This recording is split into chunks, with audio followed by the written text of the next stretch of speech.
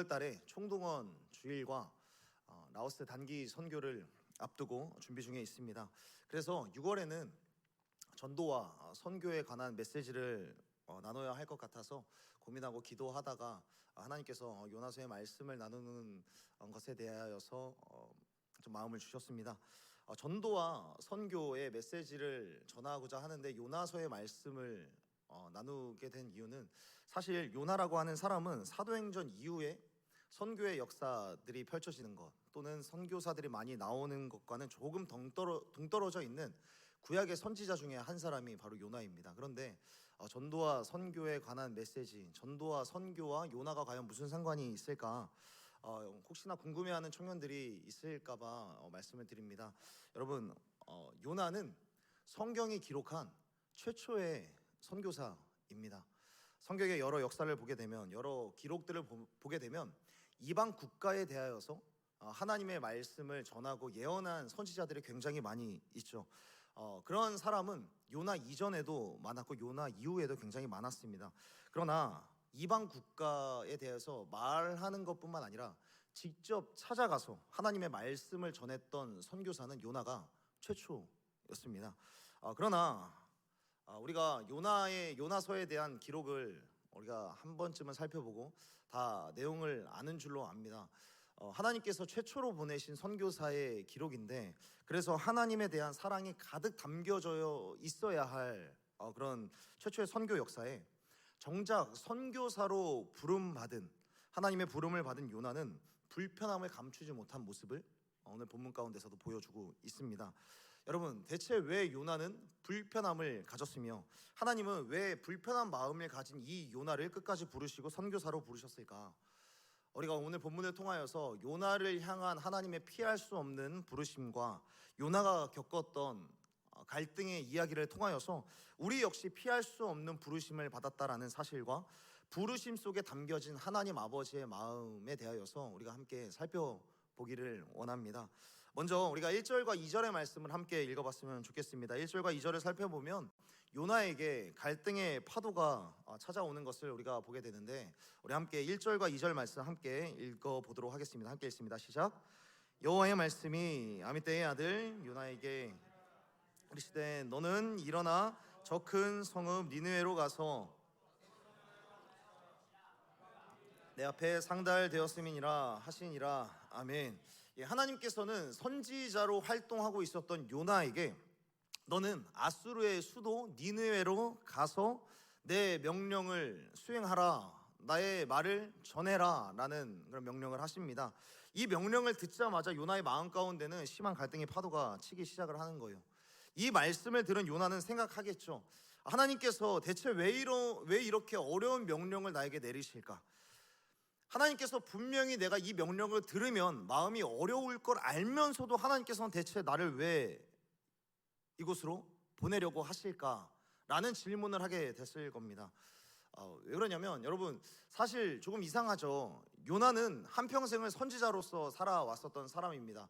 선지자로서 하나님의 말씀을 먼저 듣고 하나님의 말씀을 이스라엘 가운데 수많은 백성들에게 하나님의 말씀을 선포하는 것을 직업으로 삼았던 사람이고, 이것이 그의 정체성으로서 자리 잡았던 그런 사람이었습니다. 그런데 요나가 이 명령만큼은, 하나님의 명령만큼은 극도로 어려워하는 그런 반응을 보이게 됩니다. 여러분, 요나는 왜 이렇게 마음이 어려웠을까? 세 가지 측면에서 우리가 한번 생각해 볼 수 있습니다. 요나의 마음이 어려웠었던 첫 번째 이유는 뭐냐면, 현실적으로 하나님의 명령대로 이루어질 가능성이 거의 없었기 때문에 그는 마음의 어려움이 찾아온 겁니다. 현실적으로 내가 하나님의 말씀을 아수르로 가서 니느웨로 가서 전한다고 한들 이 말씀대로 변화될 가능성이 거의 없어 보였기 때문에 그런 것이죠. 여러분, 영국에 가면 영국 박물관이 있습니다. 세계 3대 박물관으로 꼽히는 박물관인데, 그곳에 가면 아수르의 왕 살마네셀 3세에 대한 기록이 남아 있습니다. 이 살마네셀 3세라고 하는 이 왕은 정말 잔인한 왕으로 손꼽히는 인물이었습니다. 이 사람은 전쟁 중에서 적을 포로로 사로잡게 되면 이 포로의 이 적의 두 다리를 자르고요, 두 팔 중에 한 팔만 잘랐다라는 소문이 이런 기록이 있습니다. 그런데 이걸 그냥 내버려 두는 것도 아니라 이 사람에게 한 팔만 남아 있지 않습니까? 이 한 팔을 가지고 뭘 하냐면 자기의 가족들, 자기의 친구를 죽이고 자기 가족이나 자기의 친구의 머리를 들게 할 만큼, 그리고 나서 조롱할 만큼 잔인했던 왕으로 기록이 남아 있습니다. 또한 사람의 턱을 들어서 모든 사람의 포로의 혀를 다 뽑았다는 기록까지 남아 있을 정도입니다. 그러니까 이 아수르 나라도 그렇고 살마네셀이라고 하는 이 왕도 그렇고 너무나도 잔인했던 왕이었던 겁니다. 그래서 제임스 브루크너라고 하는 신학자는 당시에 이 아수르 주변에 있는 이방 나라들이 아수르를 어떻게 불렀냐면 테러 국가다라고 공공연하게 이야기할 정도였다고 합니다. 다른 나라들이 아수르를 볼 때에 쟤네들은 진짜 테러 국가와도 같아라고 이야기할 정도였다는 겁니다. 그러니 현실적으로 그들에게 하나님의 말씀일지라도 하나님의 말씀을 전한다라고 해도, 하나님의 말씀을 선포한다고 해도 가능성이 없어 보이는 거예요. 여러분, 이런 사람들에게 하나님을 전해도 여러분 소용이 있겠습니까? 예를 들어서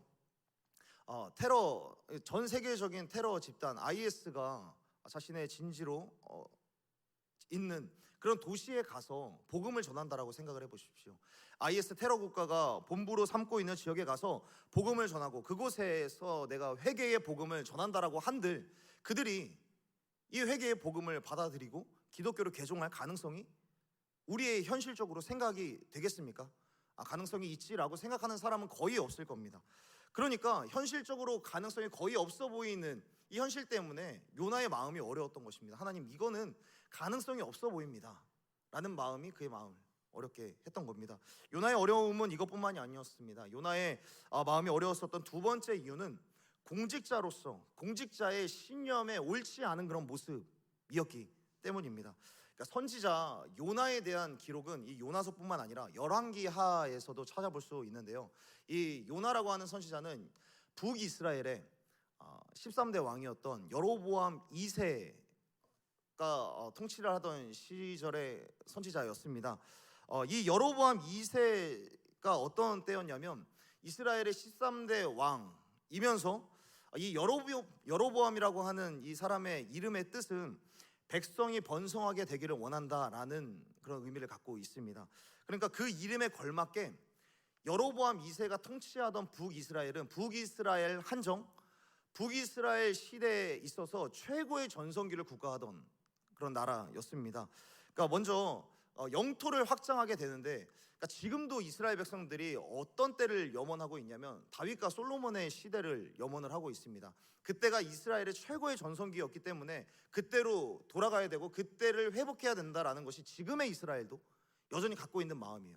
그러니까 이제 여로보암 2세 이 사람도 그렇고 이 사람이 통치를 하던 이스라엘은 여전히 다윗의 시대로 회복하기를 원했었던 그런 마음이 굉장히 있었던 거예요.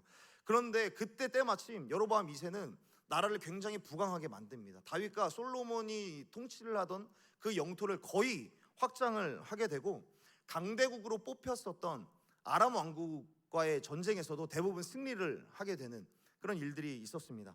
거기다가 경제의 부흥기를 가져오기도 하고요. 그러니까 무역과 상업을 발전시켜서 경제의 호황기를 일으켰고 백성들의 살림살이가 좋아지도록 끊임없이 노력을 했었던 왕이 여로보암 2세였습니다. 또한 이것뿐만 아니라 문화를 주도하기도 했습니다. 교육과 문화의 수준의 질을 향상시키기도 했고, 이 말이 조금 막연하게 들릴 수도 있는데 이런 거예요.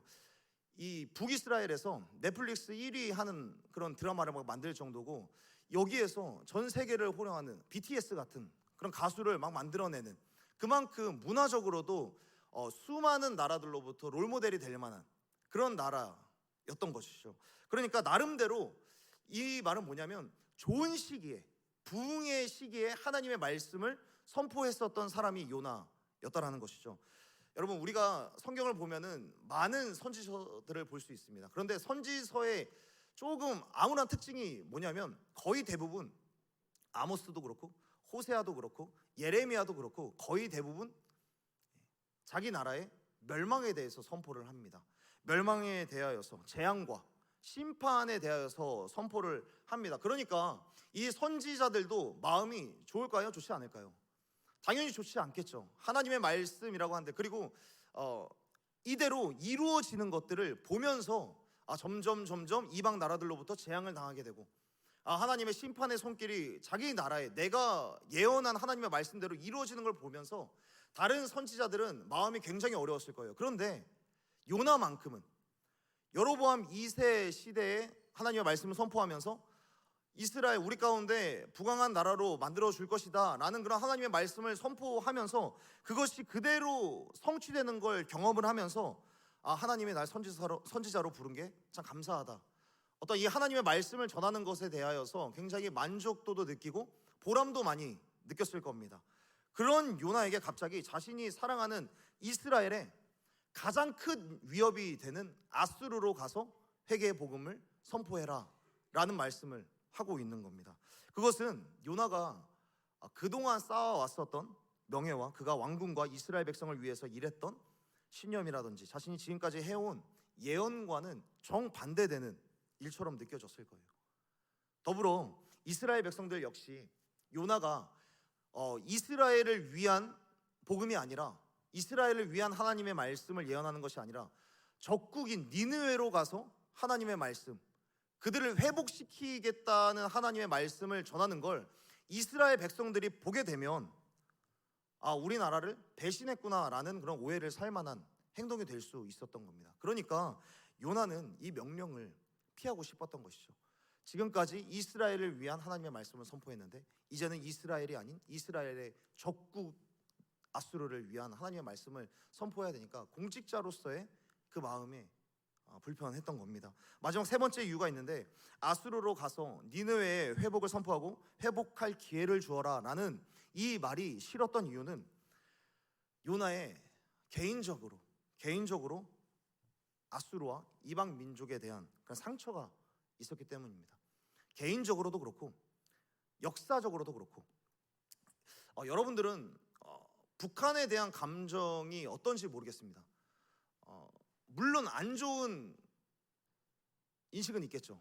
안 좋은 감정은 있겠지만, 그러나 천안함이 침몰했던 백령도라든지 직접적인 북한의 포격을 받았던 연평도라든지 그 지역에 살고 있는 사람들의 감정만큼은 아닐 것 같아요. 그곳에 있었던 사람들은 지금까지 수많은 군사적인 도발을 직접 경험했기 때문에 북한에 대한 인식이 극도로 안 좋겠죠. 그러니까 요나도 마찬가지인 거예요. 요나는 스불론 지파 사람이었는데, 스불론 지파의 땅은 어디냐면 한반도로 따지면 조선시대의 압록강 근처인 거예요. 늘 이방 민족, 늘 외적의 침입이 계속해서 있었고 빈번했었던 곳, 그 지역에 살았던 겁니다. 그러니까 스불론 지파 사람들은 수없이 많은 이방 민족의 침입을 받았고 아수르의 침입도 당연히 받았겠고, 그리고 포로로 끌려가고 약탈을 당했었던 것들이 너무나도 많이 있었던 거예요. 그러니까 요나는 당연히 개인적인 성장 과정을 보나 역사적인 앙금을 생각했을 때 이 이방 민족도 치가 떨리는데 아수르면 더 치가 떨리게 되는 것이죠. 만약에 요나가 진짜 복음을 선포했는데 아수르에 선포를 하고 니느웨에다가 선포를 했는데 이들이 진짜 회개를 한다고 생각해 보면 요나가 이걸 견딜 수가 없는 거예요. 그러니까 예를 들어서 우리가 지금도 우리나라 수많은 교회들이 북한을 위해서 기도합니다. 북한의 선교를 위해서 기도하고 북한의 정권이 무너지기를 기도를 하고, 그래서 그곳에 있는 사람들이 자유롭게 살기를 기도하고 있습니다. 그런데 여러분 생각해 보십시오. 실제로 진짜로 북한 정권이 무너지고 북한이라고 하는 나라가 정말 갑자기 군사 강국이 되어지고 문화적으로도 한류를 넘어서 훨씬 더 많은 문화 콘텐츠들을 만들어서 전 세계적으로도 주목받는 나라가 된다라고 생각을 해보십시오. 그리고 그 북한이라고 하는 나라가 지금까지 역사적으로 우리나라에 여러 가지의 도발을 해왔었던 그 나라가 갑자기 우리나라보다 훨씬 더 잘 살게 되고 우리나라를 무시하고, 그러니까 문화적으로 또 스포츠적으로도, 그러니까 북한 축구 대표팀이랑 우리나라 축구 대표팀이 축구를 했는데 우리나라가 5대0으로 지는 거예요. 여러분 받아들일 수 있겠습니까? 욱형제 고맙습니다. 목사님 저조차도 욕하지 않고는 견딜 수가 없는 상황이 막 벌어지게 되는 것이죠. 여러분 이런 상황들이 눈앞에 펼쳐질 것 같으니까 요나는 그게 괴로운 거죠. 하나님, 그 일을 왜 꼭 제가 해야 합니까? 라고 질문하게 되는 겁니다. 하나님의 사랑도 하나님의 자비하심도 하나님의 인내도 어떤 도가 있는데 그러니까 이거에 대해서 팀 켈러 목사님은 여러분들에게 7월의 추천 도서를 미리 알려드립니다. 7월의 추천 도서는 팀 켈러 목사님의 방탕한 선지자라는 책이거든요. 방탕한 선지자는 요나서의 기록에 대해서 팀 켈러 목사님이 쓰신 책인데, 이 책을 보면은 팀 켈러 목사님은 이렇게 이야기를 해요. 요나는 하나님의 선하심 때문에 절망했다라고 이야기를 합니다. 하나님의 사랑이 모든 사람들을 다 사랑하려고 하니까, 내가 싫어하는, 아니 이스라엘 역사적으로 원수와도 같았던 저 아수르까지도 하나님께서 사랑하려고 하니까 하나님 너무 대중 없는 거 아닙니까? 너무 많은 사람들을 사랑하려고 하는 거 아닙니까? 라는 그 마음 때문에 절망했고 실망했다라고 이야기를 하는 겁니다. 내 원수에게까지 가서 악독이 상달되었다, 이 말은 너희 망할 거야, 이것이 아니라 너희 돌아와라, 회개해야 된다, 회개의 복음을 전하라고 하니까, 다른 사람 많은데 굳이 나에게 가서 그 일을, 그 용서를 하라고 하시니까 하나님의 선하심과 인자하심이 요나에게 있어서 너무 불편함으로 다가오는 겁니다. 사랑하는 여러분, 그래서 이 불편함 때문에 요나는 결국에 어떤 결정을 하게 됩니까? 요나는 하나님을 피해서, 하나님의 선하심도 피해서 달아나기로 작정하고, 아니 결정해버리고 그렇게 시도하게 됩니다. 하나님의 사랑과 그분의 명령을 등지고 자신의 인생에서 최초로 하나님이 원하시지 않는 불순종의 길을 걸어가게 되죠. 우리 1장 3절의 말씀을 다 함께 읽어봤으면 좋겠습니다. 우리 1장 3절의 말씀입니다. 함께 읽겠습니다. 시작. 그러나 요나가 여호와의 얼굴을 피하려고 일어나 다시스로 도망하려 하여 욥바로 내려갔더니 마침 다시스로 가는 배를 만난지라.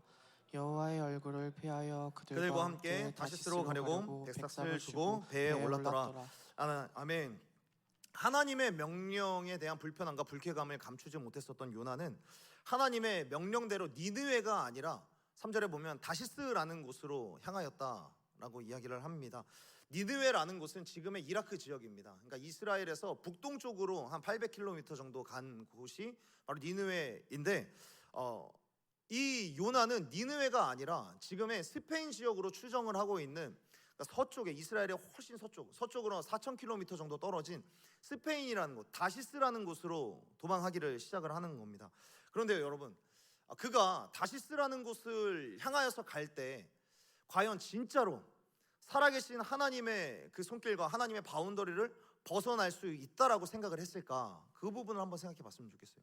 진짜로 요나는 하나님을 피해서 달아날 수 있을 거라고, 하나님을 피해서 도망할 수 있을 거라고 생각해서 그가 다시스로 간 것일까요? 여러분, 하나님의 살아계심과 능력을 너무나도 잘 아는 요나였습니다. 요나는 선지자로서 수많은 하나님의 말씀을 선포했고 그대로 이루어지는 것을 본 사람입니다. 그게 하나님의 바운더리를 피해서 도망할 수 있을 거라고 생각하지 않았을 거예요. 그게 가능하다라고 생각하지 않았다는 거죠. 그러면 요나의 이 행동은 과연 어떤 것이었을까? 요나가 니느웨가 아닌 다시스로 가는 이 결정은 과연 무엇을 대변하는 것일까? 요나는 하나님을 피할 수 있다라고 생각한 것이 아니라, 하나님, 저 정말 하기 싫어요.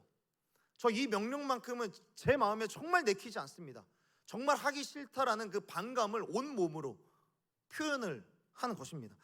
이렇게까지 발버둥 치면, 이렇게까지 내가 아예 정반대 방향으로 가면 하나님도 이해해 주시겠지, 이렇게 도망치면 하나님도 내가 아니라 다른 사람 보내시겠지라고 생각을 했던 것이죠. 그런 마음으로 요나는 욥바라고 하는 항구로 가게 됩니다. 욥바라고 하는 이 항구 도시는, 욥바라고 하는 이 이름은 아름답다라는 그런 의미를 담고 있는 지명인데, 이 항구에서 바다를 바라보는 이 절경이 너무나도 아름답기 때문에 욥바라고 이름을 진 겁니다. 그런데 3절 말씀에 보면 요나가 욥바에 도착을 했을 때 마침 다시스행 배가 있었다라고 이야기를 합니다. 자기가 타려고 하는 그 배가 딱 있는 거예요. 다시스행 배가 있는 거예요. 여러분, 솔로몬의 문헌을, 솔로몬 시대에 있었던 일들에 대한 문헌을 살펴보게 되면 이 다시스로 가는 배가 얼마 만에 한 번씩 있었냐면 3년에 한 번 있을 배가 다시스행 배입니다. 3년에 한 번 가는 이 배가 자기가 지금 하나님의 뜻을 피해서 도망가려고 하는 그 시간에 때마침 딱 있는 거예요. 지금 욥바라고 하는 이 항구, 경관도 너무나도 아름답고, 그리고 날씨도 너무 미쳤고 경관도 미쳤는데 내가 가려고 하는 그 배가 때마침 정확하게 있는 겁니다. 여러분, 이때 대부분의 사람들이 어떻게 생각할까요? 여러분들이라면 이때 어떤 생각을 하실 것 같습니까? 하나님도 역시나 힘든 내 마음을 이해하시는구나. 그렇지? 하나님도 내가 이렇게 불편해하면서 하나님의 말씀을, 하나님의 사명을 하기를 원하시지 않을 거야. 그렇지? 하나님도 역시나 나를 이해해 주시지. 그렇게 생각하지 않을까요? 사랑하는 여러분, 정말 여러분들 가운데 간곡하게 부탁드리고 싶은 말씀이 있습니다. 상황이 순적하다고 해서 타이밍이 딱딱딱딱 들이맞고 내 마음에 때로는 평안함이 찾아온다라고 해서 하나님의 마음까지 순적하다라고 단정하는 것은 너무나도 곤란한 일입니다. 여러분, 사탄은 우리와 하나님 사이를 갈라놓을 수만 있다면, 하나님과 우리 사이를 멀어뜨리게만 할 수 있다면 수많은 행운과 수많은 어시스트들을 해줄 수 있는 존재가 바로 사탄입니다. 사탄은 우리가 하나님과의 관계에서 멀어질 수만 있다면 얼마든지 크리스마스 이브의 그 들뜬 분위기와 설레는 마음을 우리 가운데 얼마든지 줄 수 있는 존재예요. 야, 지금 이 크리스마스 이브 때 뭘 하는 거야? 교회를 왜 가? 지금 여기에서 이렇게 들뜨게 놀아야지. 그러면서 우리 가운데 그것에 대한 감각을 무감각하게 시킬 수 있는, 그리고 들뜬 마음 가운데서 심취할 수 있는, 즐거워하게 할 수 있는 그런 힘이 있는 존재가 사탄인 겁니다. 그러니까 사탄은 가장 좋은 것, 가장 좋으신 하나님을 가지지 못하게 하기 위하여서 언제든지 좋은 것을 미끼로 줄 수 있는 낚시꾼과도 같다라는 겁니다. 여러분, 사람이 왜 죄를 짓게 됩니까? 왜 죄를 계속해서 반복하게 됩니까? 여러분, 사람의 죄악에는 잠시의 즐거움이 있기 때문이죠. 하나님을 떠나서 누리는 자유는 잠깐 우리 가운데 꽤 즐거움을 주게 됩니다. 그러나 내 삶에 아무리 큰 즐거움이 있고 타이밍이 딱딱딱딱 떨어지고 그리고 순적하게 된다라고 생각을 해도, 그러나 그 타이밍이 떨어지는 그 과정 속에서 하나님과의 관계가, 주님과의 관계가 멀어진다면, 그렇게 멀어지는데 우연히 겹치고 행운이 따라오는 것 같다라고 한다면 여러분의 그 행운과 여러분들의 그런 결과물들을 한 번쯤은 의심해 봐야 한다라는 겁니다. 우리가 가져야 하는 진짜 영적인 분별력은 뭐냐면, 나의 행운이, 나의 결과물들이 하나님 곁으로 인도하는가 아니면 하나님 밖으로 나를 밀어내는가에 대해서 반드시 분별할 수 있어야 합니다. 그래서 우리의 취업이 딱딱딱딱 잘 된다라고 해서 나의 입시가 내가 지원한 곳이 다 붙고 내 취업이 내가 지원하는 모든 곳곳에 다 붙는다고 해서, 또한 갑자기 그토록 바라던 여자친구가 생기고 남자친구가 생긴다라고 해서 하나님이 드디어 나에게 복을 주시는구나, 내 오랜 기도의 제목을 이제서야 들어주시는구나, 그냥 단순하게 이렇게 생각할 것이 아니라 그렇게 받아든 결과물들이 나를 하나님 곁으로 인도하시는가, 나를 하나님으로부터 점점 멀어지게 하는가, 그런 삶 속에서 우리들은 분별할 수 있어야 된다는 겁니다. 그렇게 받아든 결과물들이 하나님을 떠나게 만든다면 그것은 사단이 건넨 미끼를 물어버린 것밖에 되지 않는다라는 것입니다. 그렇기 때문에 다시스행 배를 만나고 다시스행 배를 타는 요나는, 제가 일전에도 한번 말씀드렸던 것 같아요, 그냥 폭풍 전야였던 겁니다.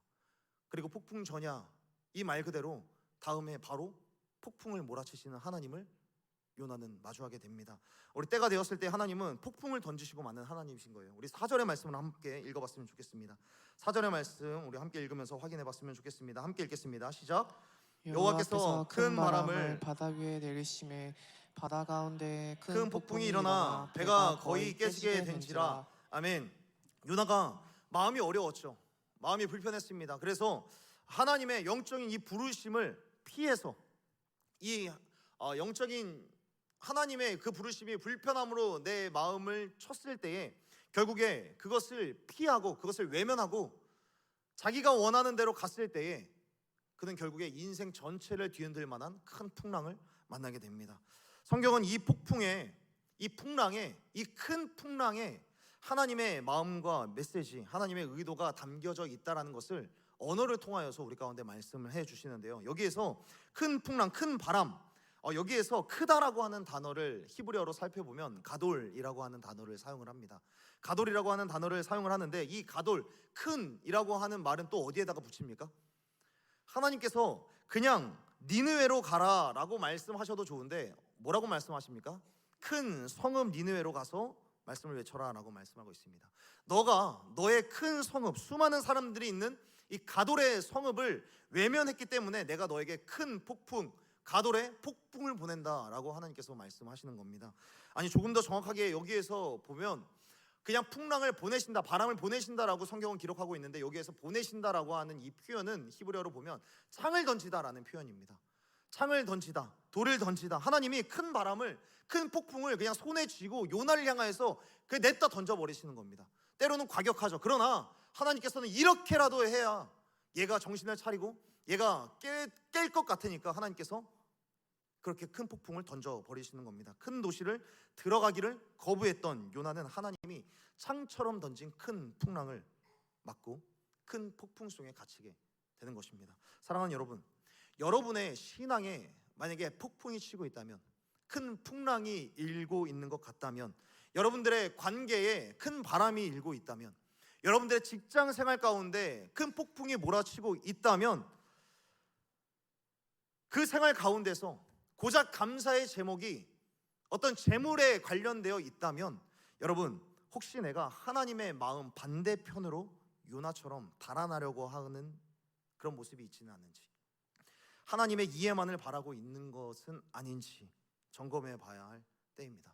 물론 모든 폭풍이, 모든 풍랑이 우리의 죄 때문만은 아닐 겁니다. 그러나 우리가 하나님을 떠나고 있다면, 사랑하는 여러분, 축복합니다. 성령님께서 여러분들에게 던진 이 폭풍 속에서 우리의 영혼을 요나처럼 흔들어 깨워주기를 간절히 소원하고 축복합니다. 이 말씀을 들으면서도, 지금의 말씀을 들으면서도, 내가 정신 차려야지, 이 폭풍에서 벗어나야지, 하나님께 돌아가서 나의 삶의 문제를 해결해야 해 라는 주님께로 돌아가기를 원하는 이 마음이 여러분들의 영혼 가운데서 깨어나기를 간절히 소원하고 축복합니다. 청년의 때에 하나님께로 내가 멀어지고 있는지, 하나님께로 가까이 가고 있는지를 점검하고 멀어지고 있다면 하나님께로 돌아가야만 한다라는 사실을 깨닫고 돌아가는 방법을 날마다 터득해 가는 여러분들이 되기를 간절히 소원하고 축복합니다. 그러면 하나님은 하나님을 피해서 하나님과 멀어지고 있는 이 요나를 어떻게 돌아가게 하시는가? 폭풍을 던지시기는 하시는데, 큰 풍랑을 던지시기는 하시는데 그것으로 끝내시는 하나님이신가? 여러분, 하나님은 요나가 돌아갈 길을 천천히 제시해주고 계신다라는 사실을 성경을 통해서 확인할 수 있습니다. 하나님께서는 그를 돌아갈 길을 제시해 주시고 그를 천천히 깨우시기를 시작을 하시는데, 어떻게 돌아가게 하시는가? 하나님께서 요나를 돌아가게 하시는 첫 번째 루트는 이것입니다. 먼저 요나의 영혼의 상태를 먼저 알게 하시는 거예요.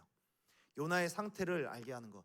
내가 멀리 와 있구나, 내가 하나님과의 관계에서 문제가 있구나라는 것을 알게 하시는 것이죠. 6절의 말씀입니다. 우리 6절 말씀 다 함께 읽도록 하겠습니다. 시작. 선장이 그에게 가서 이르되, 자는 자여 어찌함이냐? 일어나서 내 하나님께 구하라. 혹시 하나님이 우리를 생각하사 망하지 아니하게 하시리라 하니라. 아멘. 여러분, 지금 큰 폭풍을 만난 건 요나만이 아닙니다. 요나와 함께 배를 타고 있었던 수많은 사람들, 그리고 선원들, 선장이 다 같이 폭풍을 만났습니다. 그런데 여기에서 요나만이 뭐라고 있습니까? 여기에서 요나만이 깊이 잠들어 있다라고 이야기를 합니다. 여러분, 이 장면은 하나님을 떠난 그리스도인, 하나님을 떠난 하나님의 사람이 하나님을 떠났을 때 어떤 마음을 갖게 하는지를 보여주는 겁니다. 여러분, 품기 어려운 사람을 품으라는 그런 하나님의 명령이 들려올 때 이것이 내키지 않으면 우리 자신은, 나의 영혼이 차라리 수면 상태에 이르렀으면 좋겠다라는 그런 마음을 갖게 됩니다. 하나님, 이거는 제가 좀 못할 것 같습니다 라는 그런 마음이 들 때 우리들은 스스로 영적인 잠에 취하게 된다는 겁니다. 하나님, 저 잠시만 쉴게요. 저 이것만큼은 하지 못하겠습니다. 하나님, 나 이거는 좀 하기 싫은데요. 그런데 그렇게 하다가 여기에 대해서 불편함과 또 불안함과 또 하나님에 대해서 죄책감을 가질 수도 있으니까 차라리 내 영혼을 무감각하게 해서 그냥 차라리 세상 속에서 웃고 즐기면서 시간을 보내는데 우리들은 시간을 쏟게 된다는 것이죠. 하나님을 떠난 사람들은 하나님을 향한 예배를 멈추고 싶어하고 그냥 잠을 자고 싶어하고, 사람들을 향한 사랑도 멈추고 싶어하고, 그 감각마저 그냥 수면 상태에 이르렀으면 좋겠다라고 깊이 잠들기 마련입니다. 그러나 하나님의 사람들이 이러한 영적인 잠을 잘 때 어떤 모습인지 아십니까? 이러한 잠을 잘 때 하나님 저 잠시만 쉴게요 라고 이야기를 하고 영적인 감각이 무감각해져 있을 때는 어떤 모습이냐면 도리어 세상 사람들보다 훨씬 더 비참한 모습으로 살아가는 모습이 오늘 본문 가운데서 드러납니다. 6절을 보면 배에 탔던 세상의 사람들의 모습과 요나의 모습을 대조하면서 요나의 추락 세 가지에 대해서 선명하게 보여줍니다. 첫 번째로 요나는 이러한 모습을 갖추고 있습니다. 모두에게 닥친 폭풍이었습니다. 그 폭풍에 대해서 선원들은 모두 깨어서 폭풍을 감지했는데 요나는 잠들어 있는 모습을 보여주고 있습니다. 이것이 뭘 의미를 할까요? 하나님에 대해서 영적인 감각이 무뎌져 있고 무감각해져 있는 그리스도인은 하나님의 사람임에도 불구하고 하나님을 떠난 사람들이라고 한다면 세상의 사람들보다 이 세대를 향한 우리의 인생을 향한 분석력이 떨어지는 거예요. 폭풍이 왔는지 안 왔는지조차 몰라요. 그러나 세상 사람들은 알고 있습니다. 폭풍이 왔구나 알게 되는 겁니다. 두 번째로 선원들은 자기 신에게 기도하고 있었지만 요나는 하나님께 아무런 기도도 하지 않습니다. 그냥 말 그대로 영적인 감각이 다 땅바닥에 곤두박질 쳐 있는 겁니다. 무감각해져 있는 것이죠. 그리고 세 번째로 선원들은 깨어있는 동안에 자기 자신뿐만 아니라 함께 타 있는 사람들, 지금 요나가 배 가장 아래에서 깊이 잠을 자고 있는데 이 배에 위험이 오니까 모든 사람들을 살리기 위해서 우리가 살아날 방법들을 강구하면서 논의를 하고 있는데 지금 가장 아래에 있는 사람 이 요나까지도 다 챙겨주고 공동체를 살리려고 이 세상의 사람들도 열심히 자기가 다른 사람들을 배려하고 다른 사람들을 챙겨주고 있는데 요나는 어떻게 하고 있습니까? 잠을 잡니다. 그리고 잠을 잘 뿐만 아니라 잠에서 깨어나서도 요나는 뭘 할까요? 그냥 폭풍만 바라보고 있는 거예요. 다른 사람들은 다 살아날 방법들을 궁리를 다른 사람들을 생각하지만 요나는 자기가 처한 문제에만 골똘히 생각을 하고 있는 것이죠. 이러니까 이런 모습이 우리에게도 있으니까 세상 사람들이 교회를 향하여서도 이런 말 하지 않겠습니까? 아, 교회 다니는 애들이 더해. 교회 다니는 사람들이 더하지. 교회 다니는 애들은 자기들밖에 몰라. 라는 말들을 그러니까 세상 사람들이 하게 되는 것이죠. 냉정하게 살펴보면 요나서를 보면 사실입니다. 크리스찬인데 그리스도인인데 하나님의 사람인데 하나님을 잃어버리고 하나님을 닮은 것도 아니고 하나님의 복음을 전하는 것도 아니고 심지어는 복음이 뭔지도 모르고 그렇게 살아간다면 우리가 세상보다 선하고 아름다운 면이 어디 있습니까? 여러분 세상에는 이미 우리들보다 훨씬 더 따뜻한 사람 많이 있습니다. 우리보다 열심으로 살아가는 사람들도 정말 많이 있고요. 선행에 열심인 사람 굉장히 많이 있습니다.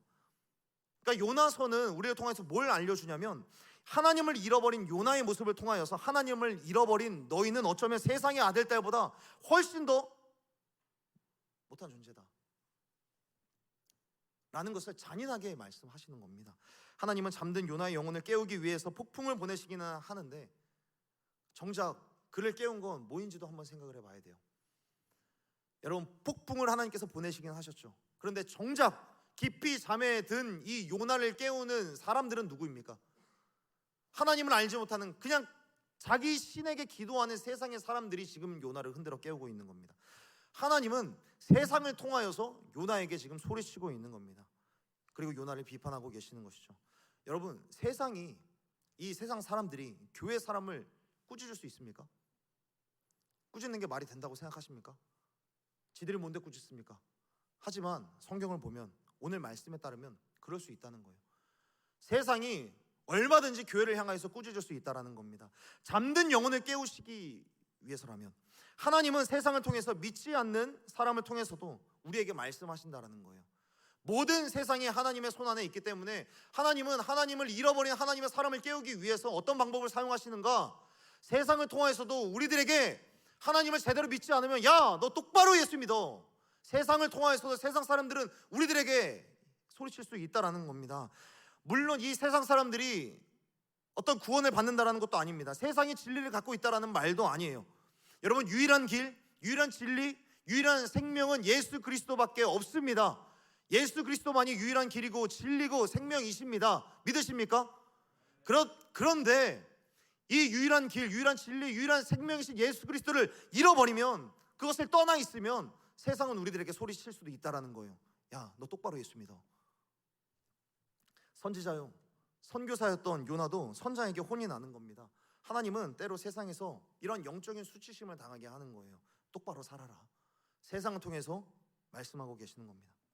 세상을 통해 부끄럽게도 하시고 반성하게도 하시는 하나님이시죠. 그러나 하나님께서 이 세상을 통해서 우리들에게 수치를 주실 때 실제로 세상보다 하나님에게서 더 멀어졌다, 야, 너 세상보다 못하다 라고 정죄하려는 것이 아니라, 사랑하는 아들아, 네가 이제는 정신을 좀 차리고 오히려 너에게 소리치는 저 사람들을 구원할 만한 사람으로 네가 자라가야 하지 않겠니? 라는 그런 마음으로 우리에게 소리치고 있다라는 사실을 꼭 기억하셨으면 좋겠습니다. 세상 사람들과 요나를 대조하면서 하나님은 무엇을 말씀하고 있는 겁니까? 하나님을 떠난 크리스찬은 이방인보다 훨씬 비참할 수 있다라는 것을 말씀하고 있습니다. 그렇지만 세상의 이러한 꾸지람을 들을 때, 수치를 당할 때, 사실 요나도 그리고 우리도 그렇지 않아도 이 영적인 침체 때문에 마음이 어렵고 비참하다라는 느낌을 계속해서 듣게 되는데, 하나님께서는 하나님의 사람도 아니고 어떤 목회자들에게도 아니고 동역자들에게도 아니고 이런 영적인 수치심으로 우리를 깨우시는 이유가 무엇인가? 왜 하필 세상을 통해서 우리를 비참하게 만드는 것일까? 영적인 수치심을 통해서 무엇을 원하실까? 하나님의 본심은 무엇일까? 사랑하는 여러분, 그 순간에도 우리 하나님은 세상을 통해서 우리를 흔들어 깨우실 때 우리로 하여금 진실한 고백이 나오기를 원하시는 것입니다. 하나님께로 돌이키는 두 번째 루트는 뭐냐면, 하나님께 진실한 고백을 하기를 원하시는 겁니다. 하나님, 저에겐 지금 문제가 있습니다 라는 진실한 고백을 하기를 원하시는 겁니다. 우리 10절의 말씀 다 함께 읽어봤으면 좋겠습니다. 우리 10절의 말씀 다 함께 읽겠습니다. 시작. 자기가 여호와의 얼굴을 피함인 줄을 그들에게 말하였으므로 무리가 알고 심히 심히 두려워하여 두려워하여 이르되 이르되 네가 어찌하여 그렇게 행하였느냐 하니라. 아멘. 선원들은, 그리고 수많은 사람들은 이 폭풍이 누구 때문에 일어난 일인지 제비를 뽑아서 결정하기로 합니다. 그러자 제비에서 누구를 가리키고 있었습니까? 제비를 뽑자마자 요나를 가리키게 되었습니다. 고대 근동 지방의 사람들은 이 제비 뽑는 것을 맹신하는 사람들이었습니다. 그런데 오늘 본문에 따르면 그들은 그렇게까지 맹신하지는 않았던 것 같습니다. 정말 믿었다면 폭풍의 원흉이 요나라는 게 밝혀지자마자 이들은 뭘 해야만 했을까요? 이들은 요나에게 말을 걸 것이 아니라 네가 이 폭풍의 이 사단의 원흉이었구나 라고 하면서 당장 들어서 밖으로 내던졌어야 하는 게 맞겠죠. 그런데 이 사람들은 꽤 친절한 사람들이었던 것 같습니다. 이 사람들은 지금 요나에게 어떠한 자초지종에 대해서 무슨 일이 있었냐라고 물어보게 됩니다. 이 이야기를 했을 때 요나는 솔직하게 이야기를 합니다. 나는 히브리 사람이고 바다와 땅을 만드신 하나님 여호와를 섬기고 있습니다. 그러나 내가 여호와 하나님을 피하기 위하여서 이곳에 탔습니다. 저는 하나님을 피해 달아나고 있는 중입니다 라고 이야기를 합니다. 여러분, 세상으로부터 정신을 차렸을 때 요나의 마음이 불편하지 않았겠습니까? 아까 전에 이야기했던 대로 영적인 수치심을 느꼈을 겁니다. 더군다나 자기 때문에 이 사단이 일어났다는 것을 알고 있어요. 자기 때문에 이 폭풍이 왔다는 것, 그러니까 자기 때문에 이 수많은 사람들이 다 피해를 보고 있다는 사실도 알고 있습니다. 여기에서 굳이 진실을 말했어야 했을까? 여기에서 굳이 저 때문에 일어난 일입니다 라고 이야기할 필요가 있을까? 여기에서 거짓말을 해도 사실 이 사람들이 이 일의 원흉에 대해서 밝혀낼 방법이 없습니다. 그렇지 않습니까? 거짓말을 해도 충분히 거짓말을 할 수 있었고, 거짓말에 대해서 자기가 아니라고 하면 아닌 겁니다. 그런데 이 요나는 분명하게 이야기를 합니다. 배에 탄 사람들에게 진실을 고백을 하는 거죠. 그래서 배에 탄 사람들은 요나가 하나님으로부터 도망치고 있었다라는 사실을 알았다고 합니다. 어떻게 알았는가? 10절에서 그들에게 말하였으므로, 그가 그들에게 말했다라는 겁니다. 요나가 그들에게 사실대로 고백했기 때문에 사람들은 요나가 하나님의 진노를 불러온 원인이라는 것을 확신하게 됩니다. 그리고 요나는 비록 사실을 말한 대가, 이 대가로 바다에 던져지는 그런 물고기 안에 갇히게 된다라는 그런 결과를 받아들인다고 하더라도 요나는 진실을 선택하는 그 길을 하나님 앞에서 바로 잡게 되는 겁니다. 놀랍게도 여기에서부터 모든 죄악과 실패와 침체와 불순종의 시나리오가 다시 은혜와 회복과 선교의 시나리오로 반전되고 반등되기 시작을 하는 것입니다. 여러분, 성경은 사단이 거짓의 아비라고 이야기를 합니다. 그러니 모든 영적 타락은 사실상 거짓으로부터 출발하게 되었다라고 해도 과언이 아닌 것이죠. 그러나 반대로 하나님은 진실의 아버지이십니다. 그러므로 모든 영적인 회복 역시 진실로부터 출발하게 되는 것입니다. 마크 트웨인이라고 하는 사람은 이야기를 합니다. 어떻게 말할까 하고 고민이 되고 괴로울 때는 차라리 진실을 말해라 라고 이야기를 합니다. 요나가 그랬습니다. 요나의 고백은 단순했습니다. 그러나 진실했죠. 저에게 문제가 있습니다. 제가 도망쳤습니다. 제가 하나님을 피했습니다. 사람들 앞에 수치심을 당하는 와중에도 진실을 고백하고 이 고백이 하나님께도 들려졌을 때 하나님께서는 그의 마음과 삶의 방향을 바꾸시고 비록 그 대가로 바다에 빠지게 되는 일들 그리고 물고기 안에 갇히게 되기도 하지만 그러나 그 순간부터 그가 니느웨로 도착하게 되고 그 성읍을 살리게 되고 첫 번째 선교사로서 쓰임 받게 됩니다. 요나 자신도 이 진실을 고백하는 순간에는 아마 자신의 고백이 인생을 바꿀 것이라는 생각을 하지 못했을 겁니다. 그러나 요나가 하나님께 자신의 무력함과 불순종을 진실하게 고백하기 시작을 했을 때 하나님께로부터 달아나는 것을 피해서 하나님께 자신의 모습을 드러내기 시작을 했을 때 저에게 문제가 있습니다. 제가 하나님을 피했습니다 라고 솔직하게 이야기를 했을 때 온전한 회복이 일어나는 것입니다. 우리들도 진실한 고백은 하는 것 같아요. 하나님 저에게 문제가 있습니다 라고 이야기는 하지만 그래서 어쩌라고요 라고 대할 때가 많이 있습니다. 하나님 저 힘듭니다. 그런데 어쩌라고요? 저 정말 힘듭니다. 이런 진실한 고백을 하라는 것이 아닙니다. 저에게 문제가 있습니다. 저 이제 어떻게 해야 될까요? 하나님 앞에 모든 것을 상의하면서 자신의 연약함들을 다 드러낼 수 있을 때 그런 진실한 고백이 있을 때 우리 가운데 온전한 회복이 있을 수 있다는 겁니다. 말씀을 정리하며 요나의 마음을 다시 한번 좀 살펴봤으면 좋겠습니다. 사랑하는 여러분, 우리에게도 그렇고요 요나에게도 그렇고 하나님의 명령이 불편하게 느껴지는 순간들이 반드시 있습니다. 나를 불편하게 하는 사람들, 내게 상처 주는 사람들, 내가 미워하는 사람들이 우리에게도 한두 명씩은 있죠. 때로는 그 사람들이 가족일 수도 있고요 그리고 교회 공동체 안에 있을 수도 있습니다. 가장 가까운 친구이기도 하고요. 그런데 하나님은 너무 가혹하게도 우리를 그들에게 보내시는 거예요. 주님은 나를 그들에게 보내셔서 복음과 사랑을 전하라 라고 말씀하실 때가 있는 거예요. 우리는 그 사실에 괴로움과 또 불편함을 느끼게 됩니다. 주님, 제가 왜 그렇게까지 해야 됩니까? 저 말고 다른 사람들이 있지 않습니까? 왜 하필 제가 그 사람에게 가야 합니까? 그 사람 주변에 저만 있는 거 아니지 않습니까? 하나님, 제가 왜 그렇게까지 수고해야 됩니까? 제가요? 꼭 그렇게 해야 됩니까? 여러분, 요나서를 읽으면서 우리들은 한 가지 질문을 할 수밖에 없습니다. 하나님은 최초의 선교사로 요나를 보내셨다라고 이야기를 하는데 요나의 최초의 그 선교지가 어디였습니까? 원수의 땅이었습니다. 왜 하나님은 왜 하필 이 첫 번째 선교사를 하필 원수에게 보내셨을까?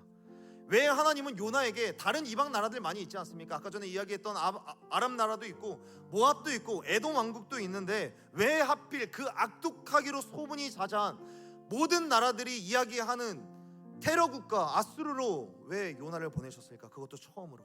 왜 악독한 죄인인 아수르로 첫 번째 선교사를 보내셨을까? 여러분, 왜 그러셨을까요? 왜 하필 첫 번째로 그 땅으로 나아가라고 하셨을까요? 하나님은 우리에게 말씀하시는 겁니다. 그리고 요나에게도 말씀하는 거예요. 첫 번째 선교를 네가 친구도 아니고 이웃도 아니고 원수에게 가야만 하는 이유, 너희가 하나님과 원수되었을 때에 내가 내 아들 그리스도를 원수된 너희들에게 선교사로 보냈기 때문에 그렇게 예수를 보낼 거라는 것을 네가 알았으면 하는 그런 마음으로 요나를 원수에게로 보낸 거야 라고 말씀하시는 겁니다. 곧 우리가 원수되었을 때에 그의 아들의 죽으심으로 말미암아 하나님과 화목하게 되었은즉 할렐루야, 우리가 아직 죄인 되었을 때에 그의 아들을 십자가의 죽으심으로 하나님의 사랑을 확증하셨느니라 라고 말씀하고 있는 겁니다.